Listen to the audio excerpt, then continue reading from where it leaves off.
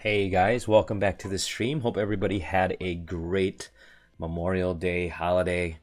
I know I did. We got to spend some quality time with the family. Through my baby girl her first birthday party, so that was exciting. But now we're back to business. So I did get a chance to do a pre-recording. I didn't live stream it, mainly due to guild rules and regulations. I have kind of come to a compromise and a decision not to stream, obviously, strategic training and discussions, things like that, for obvious reasons. So I did get some great PvP action, and hopefully we can highlight this. We did go over some of the new updated disciplines and the major disciplines, minor disciplines, and weapon masteries. So my primary role in PvP that I would like to play and pursue would be a support, a little bit more durable or mobile healer, which I believe they're calling the cleric class. So what you'll see is just a pre-recording. I'll go over and kind of overlay my commentary. I've muted the audio for communication purposes to kind of keep that private. But I learned quite a bit this weekend. Got a very good chance to practice with a lot of really experienced players. So what you see here is by no means a skilled combat gameplay. It's actually my first time in PvP with the new disciplines in place. So my primary objective was to learn and optimize my skill bars, my controls, hotkeys, and just overall control. Seeing if, specifically the Centaur Cleric, or it's currently still called the Legionnaire, is something that I want to play. I do want to play the cleric. I just don't know if the centaur race is for me. We don't know what passives yet, and those race slash class separation changes haven't come down to the pipeline. So we're still playing with the same archetypes. However, we do get to play with the disciplines, which is great. So which is what you'll see. So I'm gonna go ahead and play this as I'm giving live commentary. So I'm not kind of just in focus mode here, and I think this is kind of a great way to compromise where I'm not revealing any type of guild secrets, but at the same time I'm able to kind of share with you guys some of the valuable knowledge and some of the little nuggets of knowledge that I learned too, and interesting things with the mechanics that I can share that won't affect any of the strategy we have in place. So what you see here is just me kind of going through and checking, kind of my min-max personality coming through here. And the build I'm currently trying out is I believe it's called Field Surgeon. So it's one of the better healing major disciplines. And you can see when you hit your inventory box, the third tab over are your disciplines tab. So you can see here I'm kind of reviewing my minor disciplines, but what I have equipped is, to the left is Field Surgeon and to the right is Bard.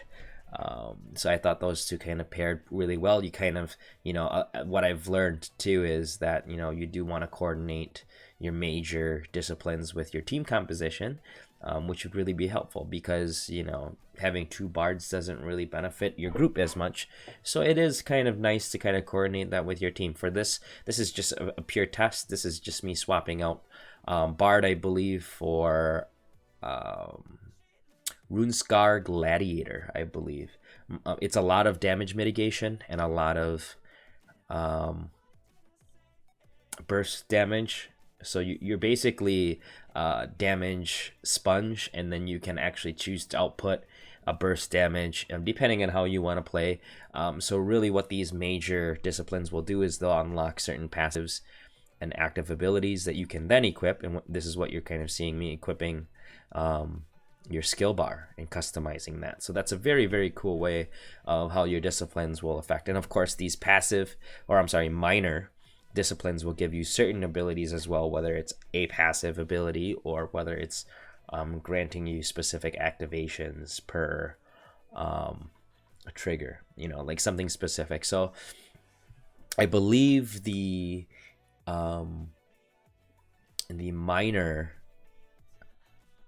disciplines that I have equipped would be, let me check. Let me just bring up my folder here and see what we have. So I believe one is like one is just straight damage mitigation. So let me see. So I have Armor of Faith, and Armor of Faith reduces health loss. It's actually pretty nice here. It just says reduces health loss, so we don't know specifically, but we're kind of testing these out. I don't think they have figures kind of wrapped around too much.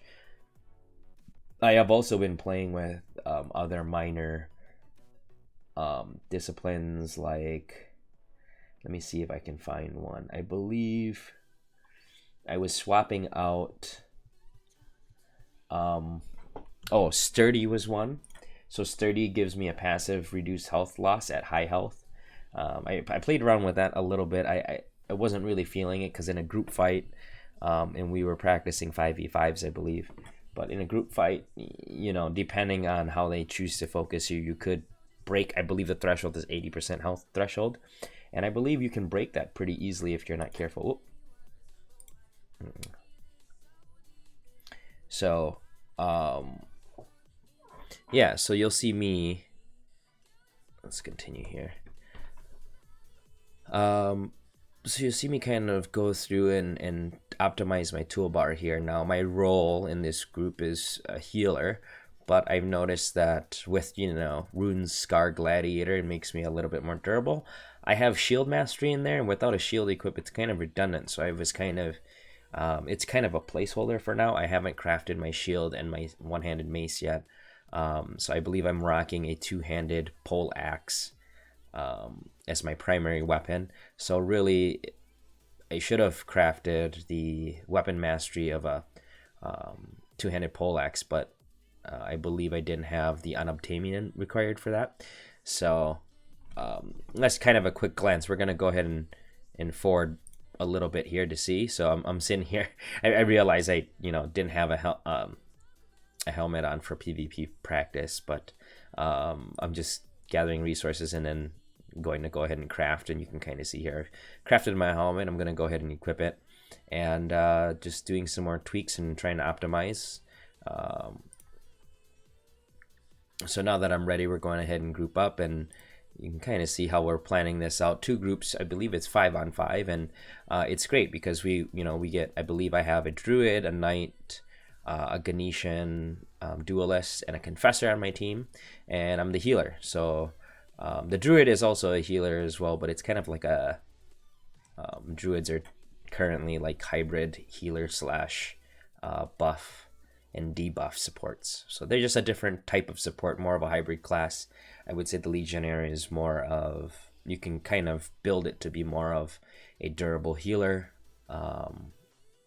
or a disruptor if you choose to build it that way, because he does have some displacement abilities. But you see here, we're kind of just gathering, and we're kind of just preparing for the PvP. So I'm going to go ahead and forward this to our PvP. And you see here, it gets kind of wild. So I'm getting used to, there's no tab targeting. It's all, so this goddamn Ganetian just keeps pegging me, and you know, the retaliate bar comes up, so I know that he's just kind of knocking me down to kind of take me out of combat, which is fine. I think that was one of their strategies. And I believe here we did get wrecked pretty bad, because they did have a little bit better time focusing our DPS players, and we had a harder time kind of getting there. As you can see, I'm trying to prioritize a lot of my attention and damage to their Confessor, and you can see how mobile their Confessors can be. Just super annoying, and I'm sitting there trying to hop around to try to capture, meanwhile trying to heal my guys. And I mean, once you take down a key role as a DPS Confessors, the scales starts tipping against you, and once those scales tip quite a bit, unless you're extremely coordinated and able to get down their their player just as fast, to kind of balance things out. The scales quickly tip against you. So we call it once, of course I'm one of the last ones alive, because centaurs in general, legionnaires, centaur clerics, aka legionnaires, are just very, very durable, and they're not currently a group's primary focus. So you can kind of see that I don't get wiped as often, but we're gonna go ahead and regroup and prepare for the second round. Here we're kind of discussing and making kind of corrections, but you'll get to see us make a second round, and this time we decide, hey, we kind of fought uphill, quite literally. So we figured, let's get ourselves in a better position, and let's see if we can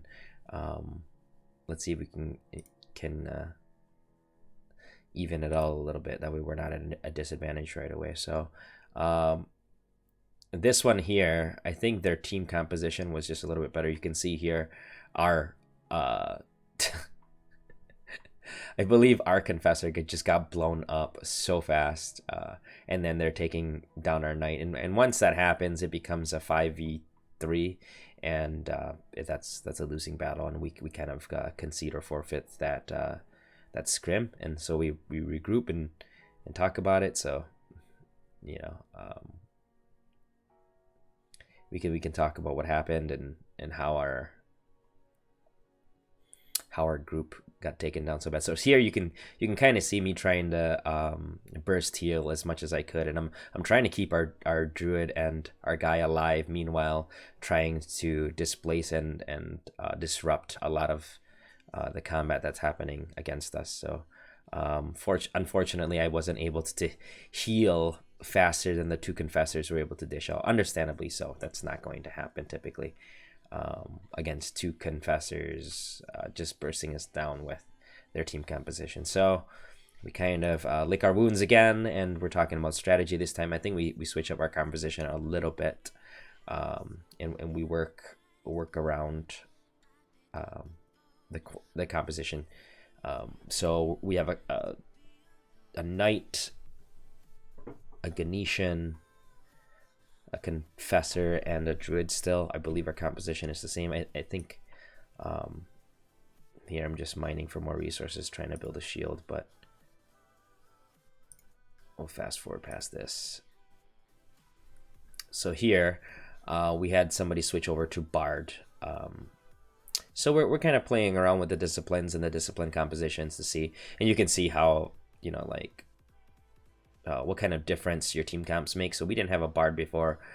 We didn't have any AoE debuffs. So here we're kind of just playing around with the compositions, kind of learning, which is great. Get some experience doing that. And, here we're kind of discussing our positioning and making sure that you're kind of considering, whatever character you play, you got to make sure that you consider how durable your characters are, even just the physical qualities of your characters, and how you could use that to your advantage. Whether you're a centaur like this, you can place yourself in a better position to block off or to be a meat shield for some of your squishier teammates. Things like that, just kind of keeping that in mind, whether you're in the forefront dealing damage, or whether you're kind of a meat shield, a movable meat shield, a healing tower for your teammates is up to you and up to your team comp and what the situation needs. So it's always great to be kind of always adapting to your situation, right? So here we're obviously trying to position ourselves in a favorable position. We did notice that one of their guys got a little bit out of position, so you can see here they're up on the hill, and we refused to go up the hill and fight an uphill battle, quite literally. So we're trying to get them to come down and get this fair fight going with us. And as we're repositioning ourselves, we notice that their knight is going down to bait us out. I believe one of their guys gets out of position. Yeah. So if you see to the very right, you did see one of their confessors get out of position. So I didn't notice that right away, and then we're repositioning ourselves to kind of take out one of their guys before they get to us. So there's their Confessor there, and we just jump, get a clean jump on, and by the time combat starts, their Confessor's at half-life. So we got a good knockdown there, and my job is just to keep my teammates alive here, and I'm trying to stay up and keep everybody as healthy as possible. That's my main goal. You know, healing my teammates first, and then whatever damage I can deal in the meantime, I'm okay with that. But you'll notice my health bar and my resource management is I'm getting a little bit better. So resource management, I think from the first time I've practiced, gotten a lot better just from playing and knowing and understanding how my resources, you know, increase and decrease. And I believe after we take out their Confessor right away, like I said, the skills kind of tipped against them. And then once we went ahead and took out their healer we were targeting their Centaur, and decided that was unfavorable. Let's go ahead and pick off their other supports or their other disablers. And once we're able to tip the scales, you know, 5-3 against them, they would call it too. So just to save ourselves some time. And I believe we get him here. And I believe once we get this knight down, then they call it. Yeah, there's no way he's gonna. He is so terrible, so annoying. But you see here, we're kind of just popping, and I believe this is where they try to call it. But the other guys, yeah, I believe some of my teammates are standing around and saying that they're calling it. So it's 5v4. I don't think the knight feels like giving up, but I don't think the knight is going to burst anybody down, or a Centaur is going to burst anybody down without their Confessor. So we did end up winning this match, so we didn't get totally blown out, but it's all in practice. So these are all really, really good guys that we get to practice with. So really good time. I did learn a lot. So Field Surgeon, really good healing spells. Runescarred Gladiator, I did prioritize like the damage mitigation abilities, and buffs, things like that. For myself, there's this damage absorption, which is just ridiculous, like 50% damage mitigation when you activate it, obviously for a set period of time. So I have things just native to the Legionnaire currently, which is like a movement speed restoration, which means if you have a slow affecting your group, you can clear that slow. I also have a dot restoration, so it's not a heal over time, but it'll remove dots from your group. I have a group heal, and then I have a lot of single target activations, including my 2 primary heals, and then my ultimate is just a group heal.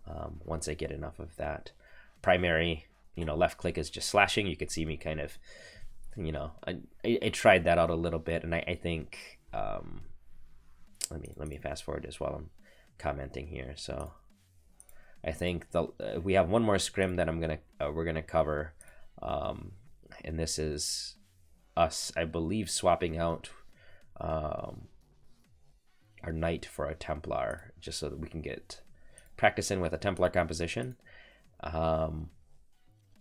I think we lost this particular battle.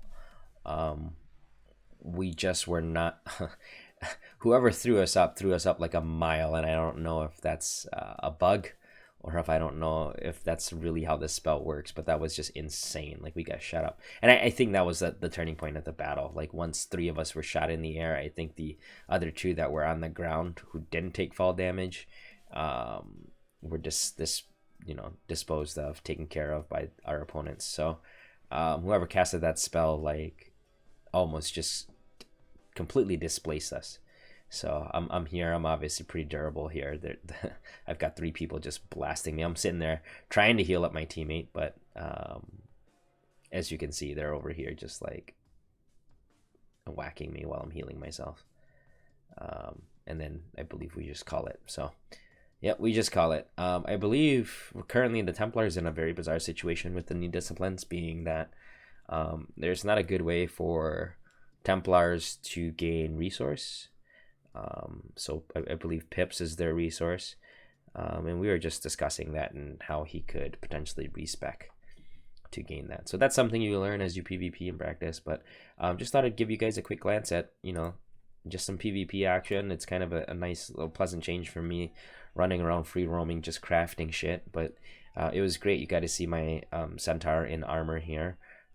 With some updated environment graphics. I believe these original models have not been updated. You can kind of tell compared to the environment and dynamic lighting that these older models kind of look dull in comparison, right? So it's all a work in progress. I think the environment looks fantastic. I think the combat is a lot of fun.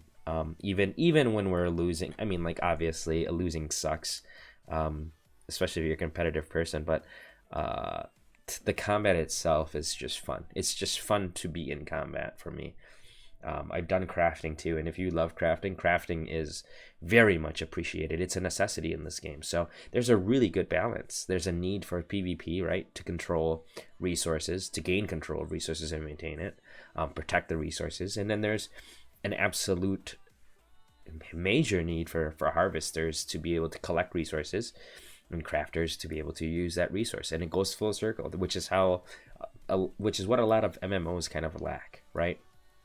So everybody, typically in the MMOs I've played, there are people, like, you harvest your own resources, you craft your own shit, and if you want to sell it, you sell it on the auction house in a global auction, right? That's typically how it's done. This is a really, really refreshing change. I mean, to make the armor, I had to rely on another person who was really, really, or to make the weapon, to make an advanced weapon, which we were testing out, you relied on a really, really capable crafter to do that, and if I craft my own basic armor, that's going to be, currently basic armor is pretty ridiculous right now, but you could imagine basic armor is not going to be as good as something that's an advanced crafted piece of armor. So that's something we're kind of learning and testing out, which is great. I believe that's pretty much it. I do think, I'm checking my inventory and I'm talking about, man, I kind of want to, I was talking about how I'm considering testing out instead of like the shield mastery, because the shield mastery, the really great thing about that is on top of the already like 75% mitigation that you have, I believe the shield mastery gives you an ability or a few shield abilities that allow you to hold the shield up, kind of like what a knight does, and then kind of block out any incoming spell damage or physical damage that hits you while you have it up, while consuming resources. So it's just an additional, I mean, you're close to mitigating close to 100% of the damage when you're doing that, which is great, but it consumes resources. And I'm just kind of like, oh, that's great if you can be, a damage sponge or a focal point and, like pulling aggro from your teammates. But in a PvP sense, what I've kind of noticing is people kind of just ignore the Centaur because they're so meaty that it's not very beneficial to focus a tank, right, in the opponent's group. So when we're opposed, it's almost like, I get focused by a couple people that kind of keep me in check, but really our focus, like the prime targets in our group are the squishy DPS characters, confessors, and characters, duelists, characters of that nature, high burst, really squishy characters. So yeah, and I was talking about, if I were to play the Legionnaire, to make my weapon mastery a little bit more useful, I would probably do the poleaxe mastery, just to deal a little bit more damage, make myself a little bit more useful, cause a little bit more chaos, be a little bit better at disrupting. But that's just me trying things out. So that's what I've kind of learned. I'm really excited for when they unlock the races and classes, because I would like to try out some concepts like the the Ganetian Cleric, good little hamster healer. That'd be sweet. Just having a little healer could potentially burrow, right? Could burrow and stealth out of the way and escape when you're in trouble. That would be fantastic. I do like being a very durable Centaur healer. That's not completely out of the question, because that's just annoying as shit. And it's nice not dying in combat, right? It's nice being able to be a little bit more durable and being able to escape a little bit. So no, that's great. So yeah, I just wanted to share my pre-recording, share with you guys. I know this isn't absolutely new gameplay, but yeah, I'm gonna see if I can do this more and recap, and do some more live commentary like this. That way I can kind of regulate length a little bit better, so that you guys aren't watching like hour-long videos trying to sift through some of the more valuable portions of my video. But thank you for tuning in. For those tuning in, I know we don't got a lot of live viewers right now because of the holiday, but that's perfectly fine. I don't blame you guys at all. It's been a really long weekend for myself, so hope everybody enjoyed their holiday, Memorial Day, and I hope you guys enjoyed the clip that I shared. I know that it was some pretty chaotic gameplay to kind of pay attention to, but this is my first, I should say technically my second time, my first experience with it. I got like 30 minutes of practice in with the new disciplines. Super new to it, just super noob. Super noob mode. That was not worth showing. It was just a little too embarrassing.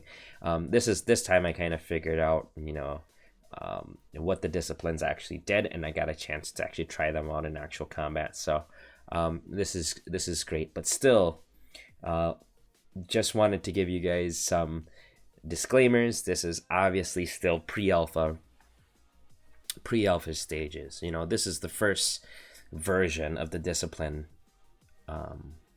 tool sets. Obviously, the disciplines that we also have equipped are legendary disciplines. You will not have access to that right off the bat. You're going to have to craft them, aka runes, right? So you're going to need a rune crafter, a rune maker, whatever they're called, whatever Crowfall or Art and Craft Entertainment chooses to call them in Crowfall.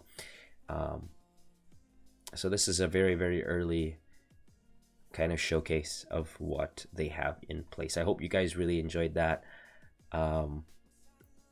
And I'll see you guys the next time. Maybe tomorrow we'll be covering some Tree of Savior, or if I have more new content to kind of show, we'll cover a little bit of that. All right, thank you guys. Peace out.